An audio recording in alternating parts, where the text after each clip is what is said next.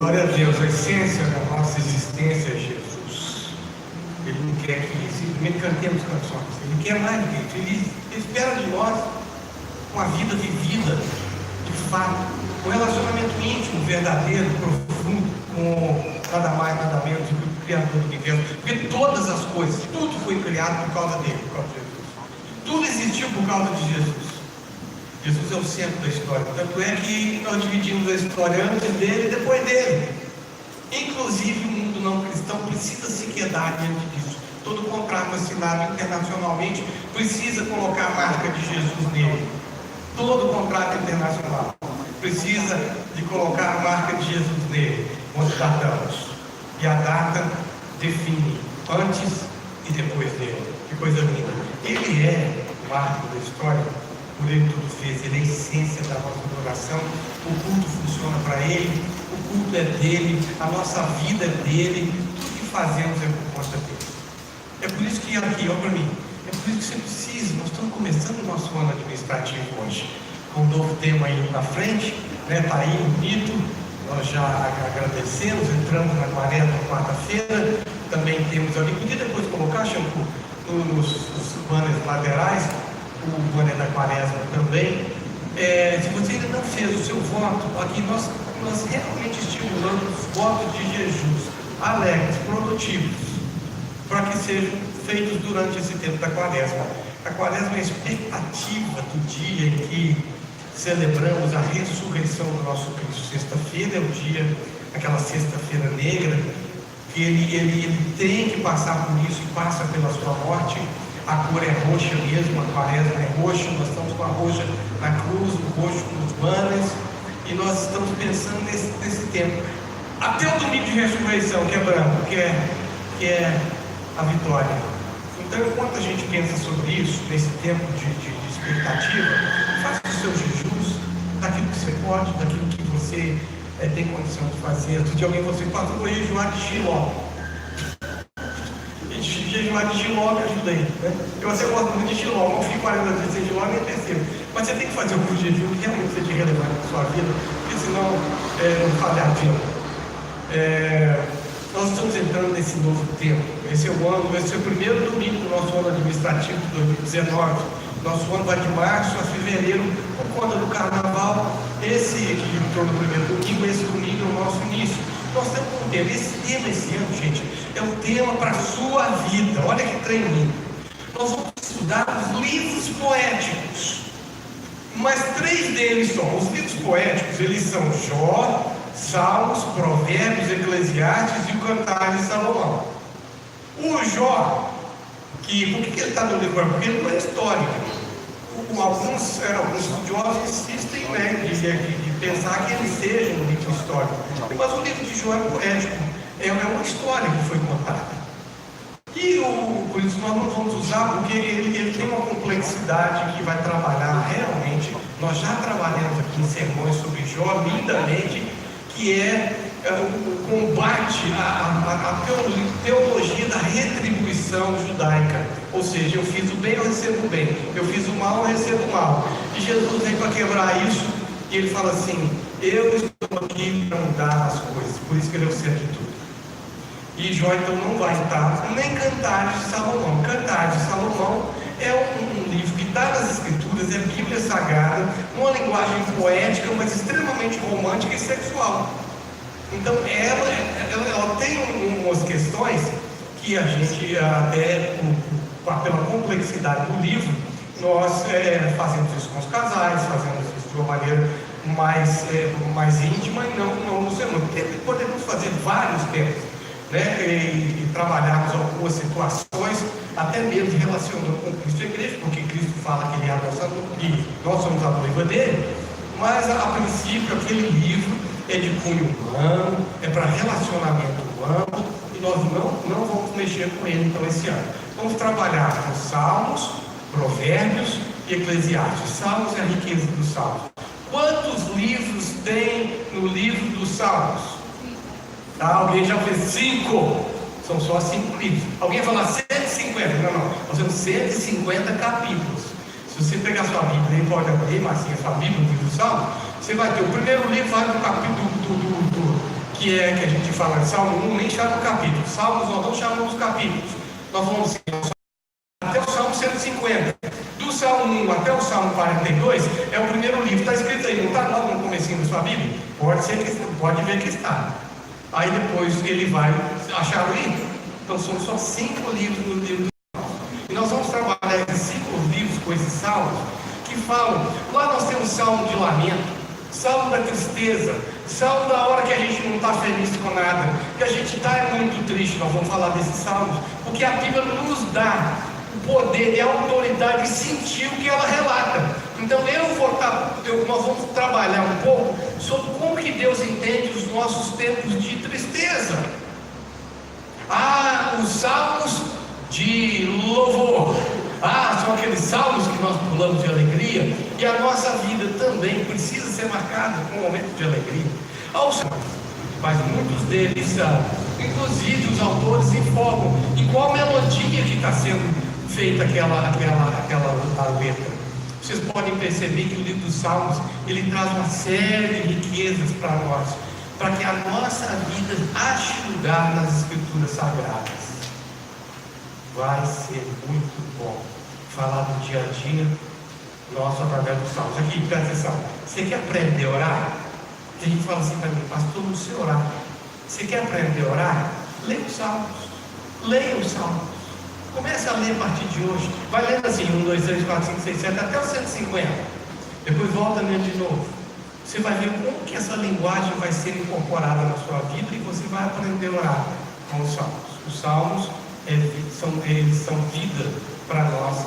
É por isso que nós vamos trabalhar com eles. Os provérbios, meu Deus, os provérbios são sensacionais. Pequenos, é um versículo só, um verso que mexe com a gente. Então nós temos que aprender com os provérbios. E eles são mandamentos, são instruções. E os provérbios então vão trabalhar conosco algo que nós precisamos mudar, algo que nós precisamos fazer. E vai haver provérbios que nós vamos trabalhar aqui durante o ano, que certamente vai mexer com o seu pensamento. Nós precisamos pensar sobre isso. E por último, os Eclesiásticos. Há tempo para todas as coisas. E é aí que nós vamos trabalhar esses 3 livros para falar assim: que a sua vida está toda dentro desse contexto. Que coisa linda. E nós vamos receber permissão divina para viver intensamente aquilo que somos. Os momentos felizes, claro que eles existem, mas também os momentos de aflição, os momentos de tensão. O salmista Davi, por exemplo, muitas vezes ele está irado, ele manifesta aquela ira. E a palavra do Senhor nos fala que a gente tem que irar, mas não pecar. Nós vamos trabalhar essa coisa da ira do salmista, porque quantas vezes nós ficamos irados também.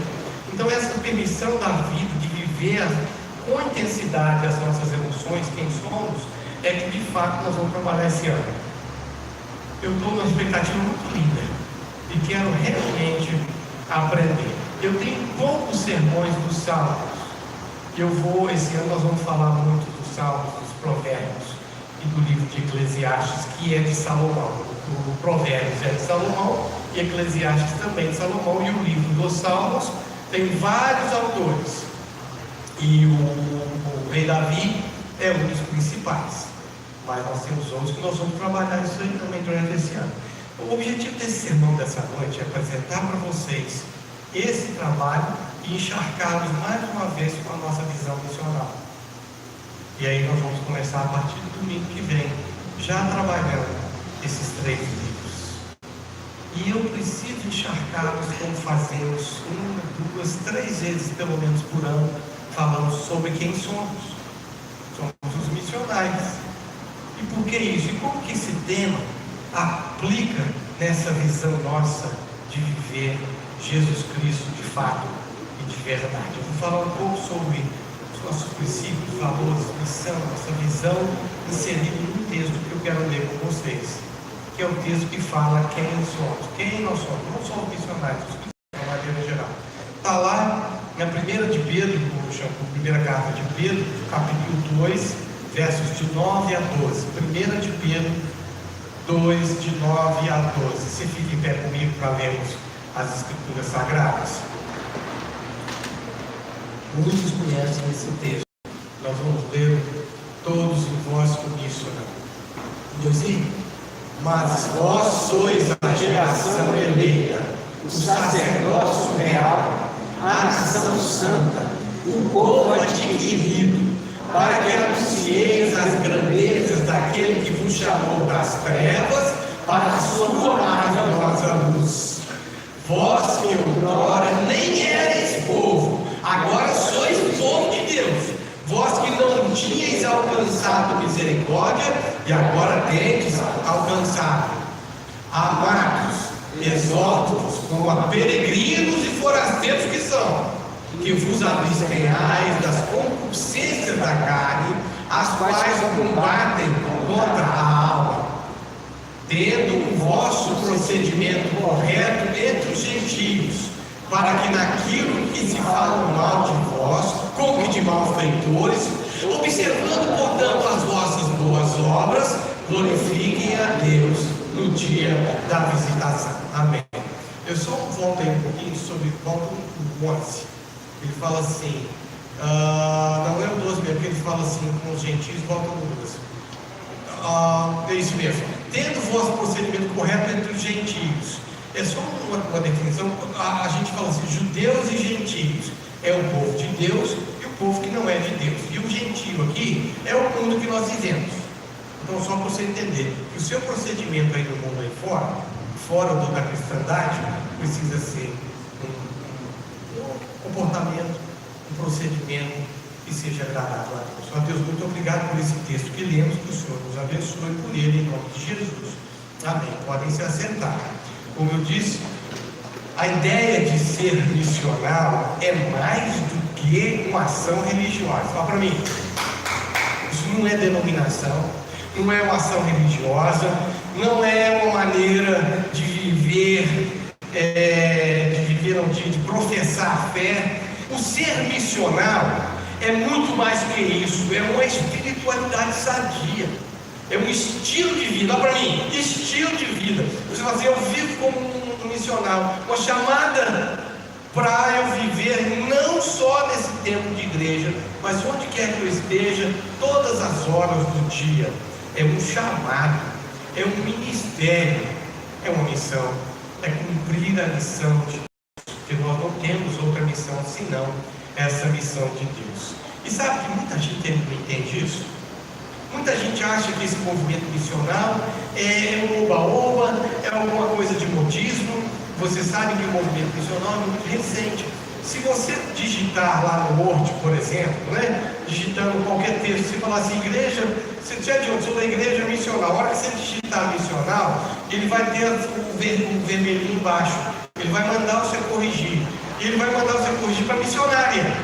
Porque essa palavra, ela ainda não está ainda na nossa língua portuguesa. Até mesmo no inglês. Se você é apto no inglês e tiver um corretor automático do inglês americano, quando você digitar também missional, você verá que está marcado vermelhinho. E aí você vai ver que essa palavra é muito nova. Esse movimento é recente. Esse movimento surgiu aqui agora no início do século XXI. No Brasil é muito mais recente ainda. É por isso que a gente precisa ter no coração da gente a certeza que nós estamos vivendo algo que Deus está mostrando, que eu preciso retomar o viver autêntico e verdadeiro das Escrituras. Eu preciso retomar. E esse é o viver missional. E muitos ainda não entendem. Eles pensam que é uma coisa muito assim, nova, e tem medo. Aqui não tem, a visão missional não tem nada de novo. O termo é novo, mas o que deixa eu tentar aqui de uma maneira simples definir como é que a gente faz. Eu vou dizer assim, ser missional é um apelo pessoal. Olha para mim, pessoal.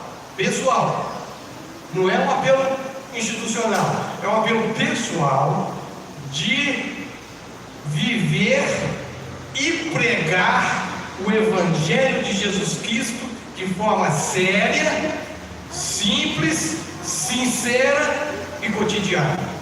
E aí o meu apelo individual me torna coletivo, me torna igreja. Eu preciso entender isso. Eu preciso perceber que é simples, como eu estou dizendo. Evangelho é coisa séria.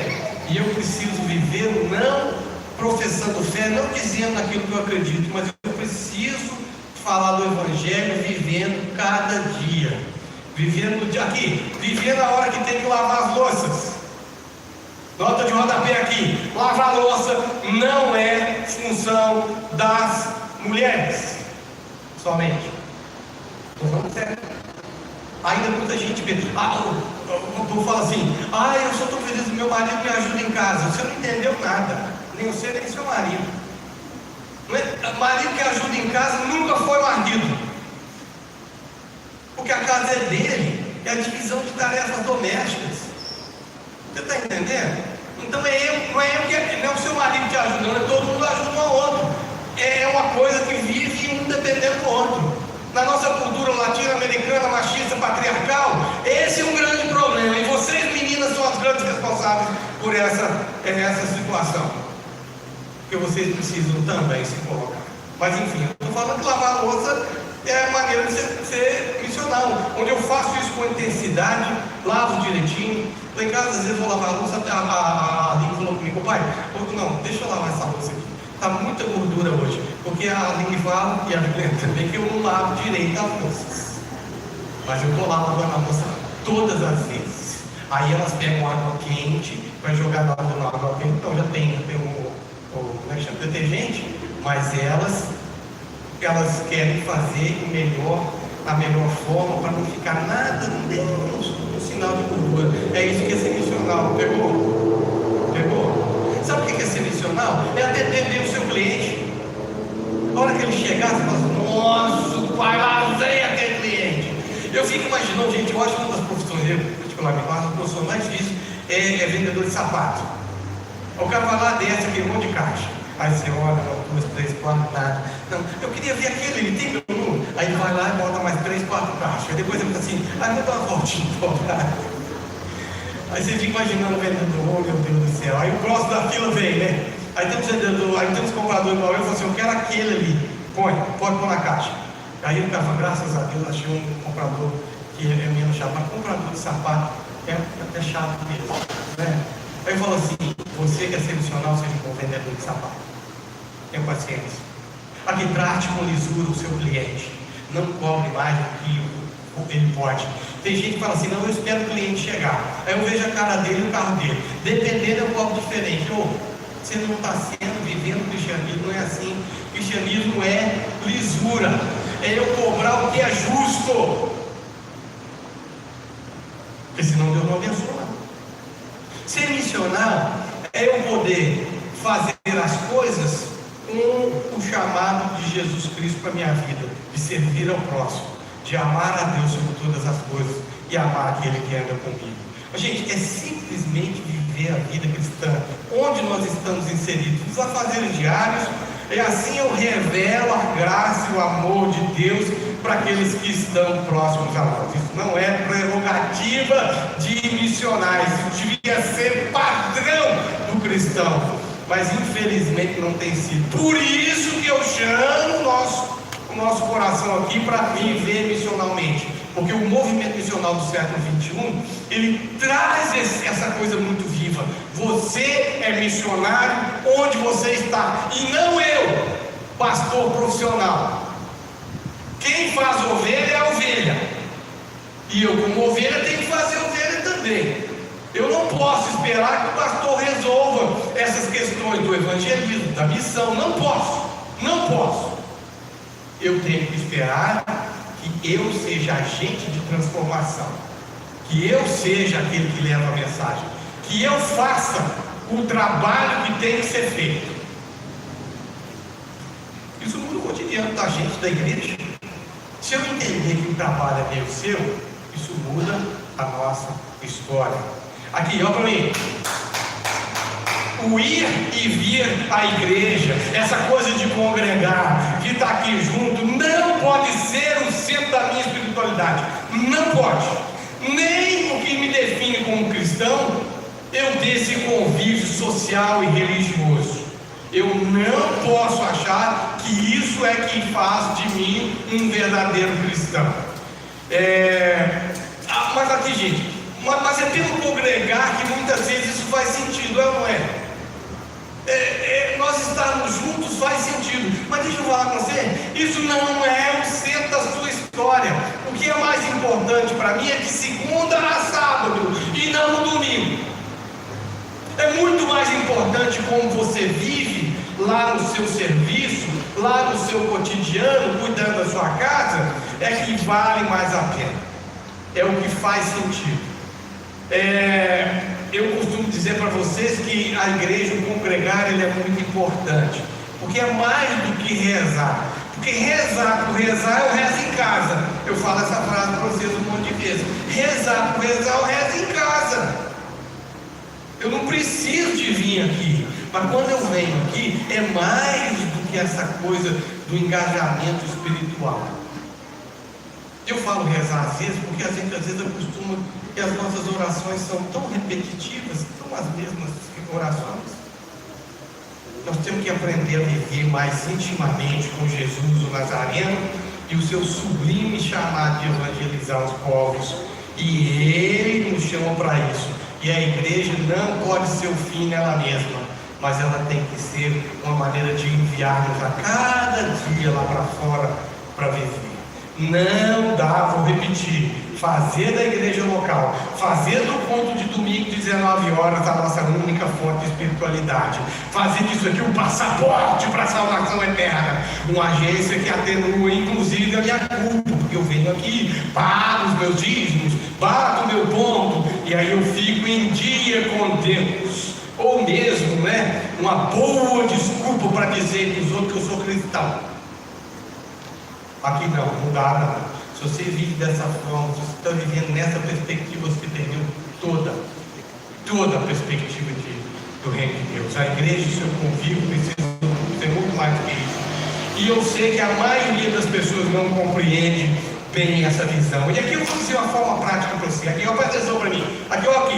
Se eu não amo a Deus de todo o meu coração, se eu não influencio pessoas ao meu redor, se eu não comunico a mensagem de salvação para aqueles que estão próximos a mim, através do meu testemunho de vida, se eu não sou irmão de verdade daqueles que sofrem e padecem, se eu não consigo me alegrar com a vitória daqueles que estão ao meu redor caminhando junto comigo, se eu não vivo, se eu só vivo com o meu umbigo, que tipo de cristão que eu sou? Não, a pergunta é muito séria. Será que você é cristão? Eu creio, e nós cremos de alguma forma. Atrás do seu boletim, tem boletim? Quem tem boletim aí? Tem boletim? Todo mundo tem boletim? Por favor, olhe atrás e fala assim: o nosso foco da nossa missão é a igreja local. O foco é a igreja local. E eu preciso trabalhar com ela, porque senão a gente fala assim, a igreja então não precisa vir congregar, ao contrário, nós temos que vir congregar, porque o nosso foco é sair daqui para ir para lá, para que eu possa influenciar, gerando transformação através dos ministérios e serviços que essa igreja produz. Hoje mesmo nós oramos agradecidos pelo trabalho do Eduardo lá em Brasília, e através desses relacionamentos vigorosos e salutares e sinceros, uns com os outros e com o Senhor da igreja, o Senhor Jesus Cristo, aí eu faço diferença na minha história. A igreja é formada na sua essência de pessoas. Ponto. A igreja são pessoas. Marquinhos canta o quê? Como é que canta? O senhor decidiu não fazer da igreja prédio. O senhor resolveu fazer igreja não é assim? A minha casa.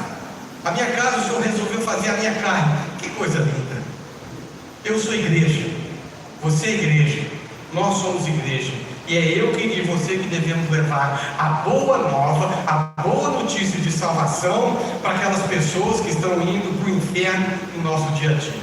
Isso aqui é a igreja missional, você e eu aí fora mostrando Jesus através de pequenas ações simples, no trânsito, pedindo trânsito, ao invés de levantar um dedo só quando alguém te fechar, levanta os 5, porque o povo levanta um só, não vou mostrar qual não, que é o que eles levantam. É assim, né? Não é assim não, não é esse não. Não é esse o dedinho que nós levantamos, nem outro. Nós devemos falar assim: Deus te abençoe. Isso é viver missionário. Passa para mim, Vivi, passa para mim. O vídeo, apaga a luz ali, Celinho, por favor, apaga lá. E põe, nós vamos ver só um pouquinho, antes de passar o vídeo. O vídeo que eu vou passar são amigos meus. Eles estavam no congresso que eu não estava, então gravaram esse vídeo. Esse vídeo é lá na Chácara Primavera, o pastor Ricardo Agreste, que é meu amigo. E ele gravou um vídeo muito bacana. E eu queria então que você ouvisse. Apaga aí para mim, por favor.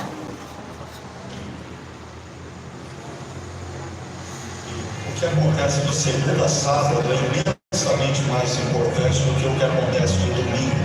Domingo é o momento em que pessoas são treinadas e desafiadas. De segunda a sábado se dá a missão. Uma igreja missional é aquela comunidade que entende a sua vocação, o seu chamado. Ela não entende que é um fim em si mesmo, mas ela compreende o seu chamado e a sua relevância diante da sociedade, principalmente daqueles que não conhecem o Evangelho do amor de Deus.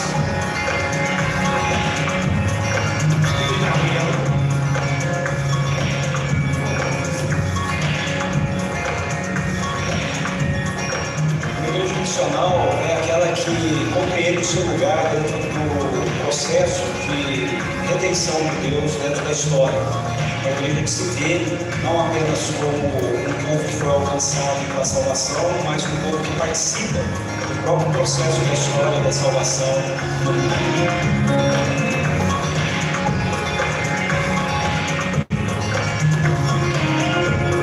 A igreja missionária é aquela que reconhece que, sobretudo, Deus é um ser missionário, um Deus que está o tempo todo voltado para implementar o seu reino na face da terra. E a igreja missionária é aquela que compreende isso e se engaja também efetivamente nesse processo. Uma igreja missional é uma igreja que, compreendendo o seu chamado, vive a realidade do seu mundo ao redor e fala com este mundo do Evangelho de Cristo de uma forma contextualizada, dinâmica, viva, eficaz, não por ela mesma, mas por aquele que a chamou, e faz isso com um amor ao mundo, o mesmo amor com que fomos amados em Cristo. This conference is about transforming churches to become missional. It means to Esse cara é um dos missionários mais importantes vivos hoje. people that have learned to live distinctively, that is, live in attractive ways at the heart of the gospel for the sake of the world. So missional talks about a people that live out the gospel, live in the biblical story, and live in such a way that they are attractive and distinctive, making known the good news with their lives, their words, their deeds.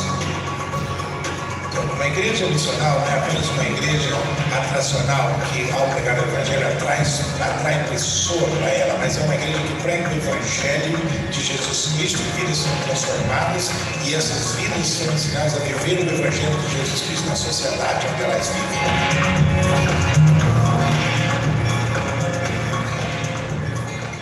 Obrigado.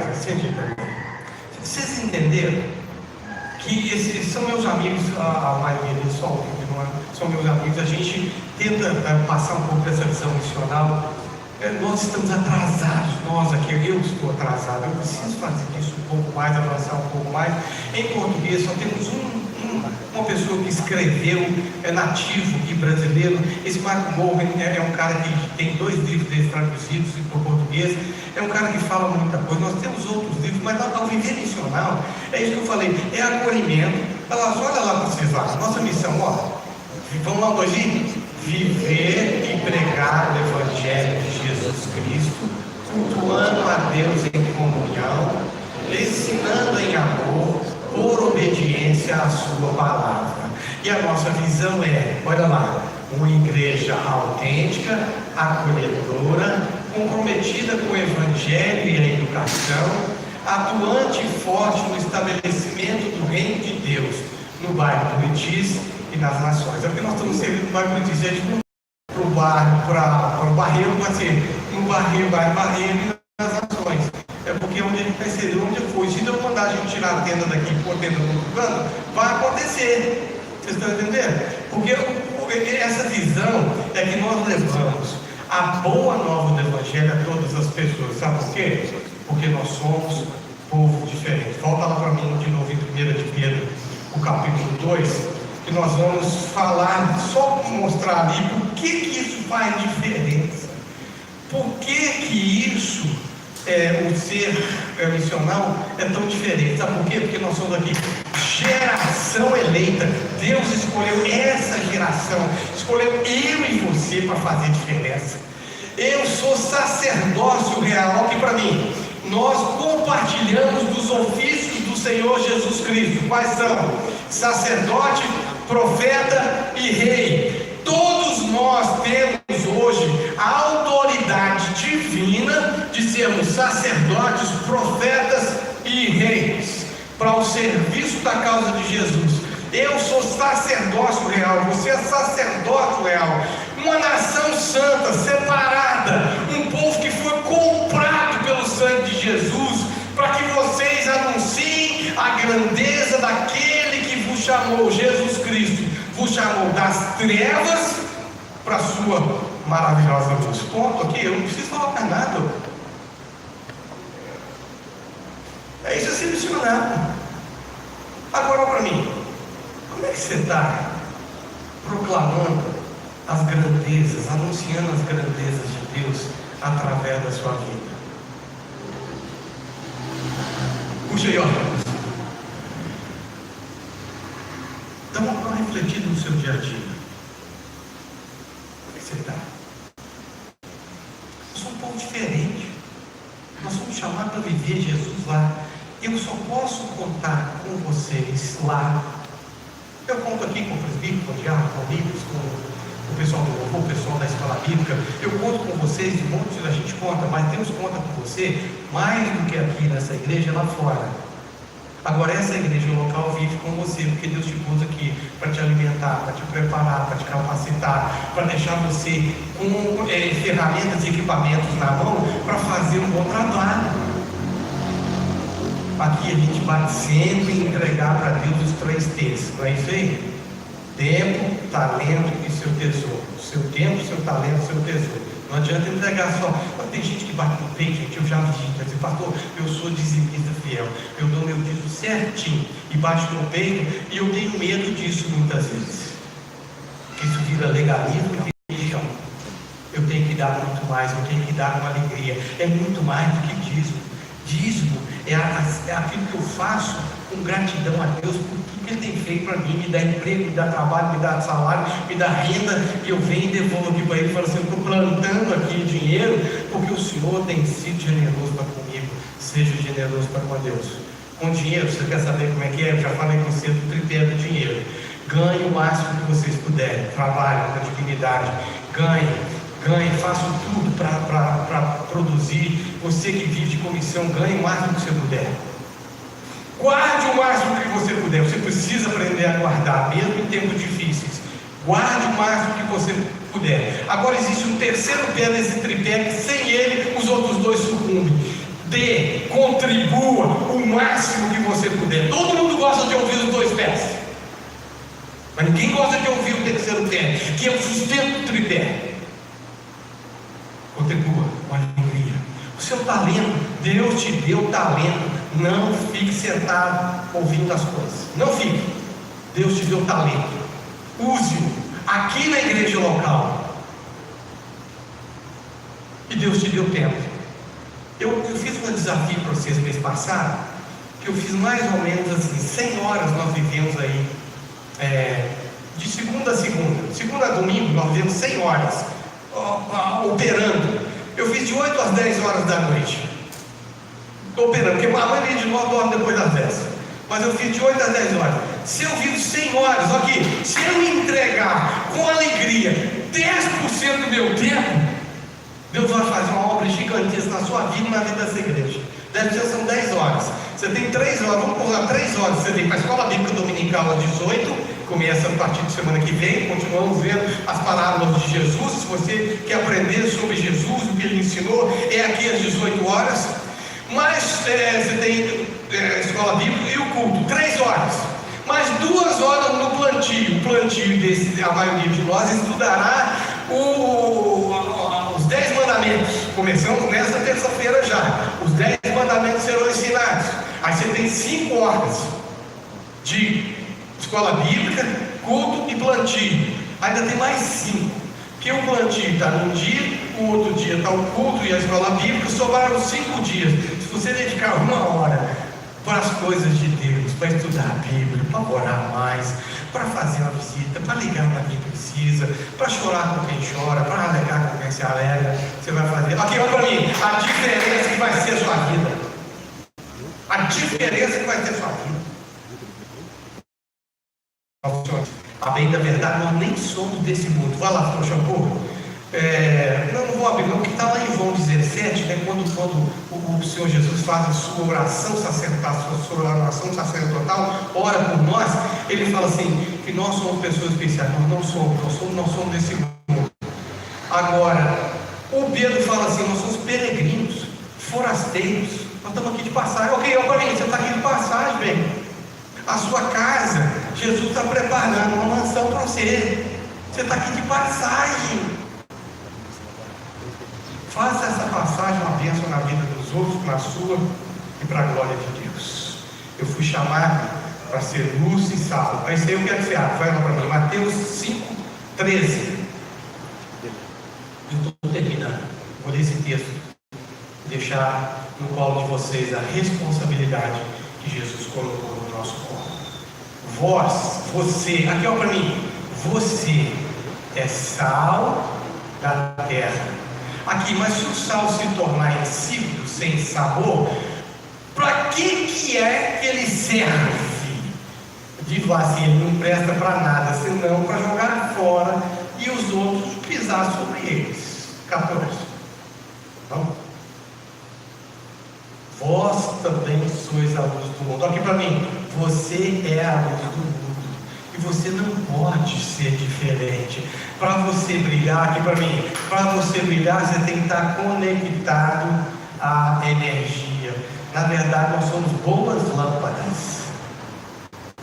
Eu diria ali que vós sois, Jesus falou no sermão do monte, vós sois a luz do mundo. Mas ele quis dizer o seguinte: vocês são boas lâmpadas. Porque se a lâmpada não estiver conectada, você não tem luz própria, tá? Então você brilha a luz de Cristo, conectada à energia. É por essas questões que nós somos missionários. Acolhemos o diferente, somos e pensamos como Jesus foi e pensou.